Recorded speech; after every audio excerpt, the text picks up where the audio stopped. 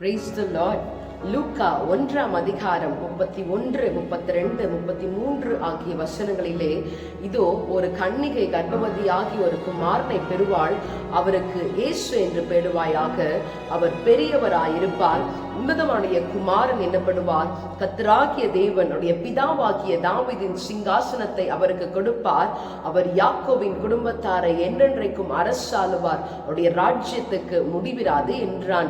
பிரியமானவர்களே, நீங்களும் நானும் ஆராதிக்கின்ற தேவன் அவர் பெரிய தேவனாக, நம்மை ஆளுகின்ற தேவனாக, ஒவ்வொரு நாளும் நம்மை நடத்துகின்ற தெய்வ குமாரனாக அவர் இருக்கிறார். இந்த நாளிலும் நம்முடைய தேவனாகிய கர்த்தர் நம்மை தேடி வந்ததின் நோக்கத்தை நாம் அறிந்து கொண்டு பெரிய தேவனை, உன்னதமான குமாரனை ஆராதிக்க நம்மை விட்டு கொடுப்போமா? Praise the Lord. அவர் பெரியவராயிருப்பார், தேவனே குமாரனாவார், பாவிகளை ரட்சிப்பார்,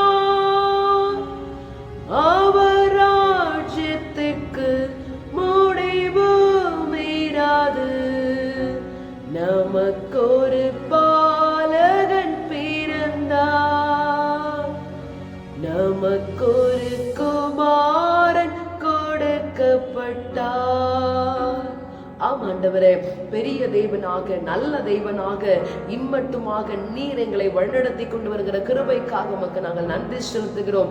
இந்த நாளிலேயும் உம்முடைய செம்மையான பாதையிலே எங்களை நடத்தும்படியாக விட்டு கொடுக்கிறோம். நீர் எங்களை ஆண்டு கொள்ளும் பெரிய காரியங்களை செய்யும். இயேசுவின் நாமத்தில் ஜெபிக்கிறோம் எங்கள் ஜீவனுள்ள நல்ல பிதாவே, ஆமென். God bless you. Have a blessed day.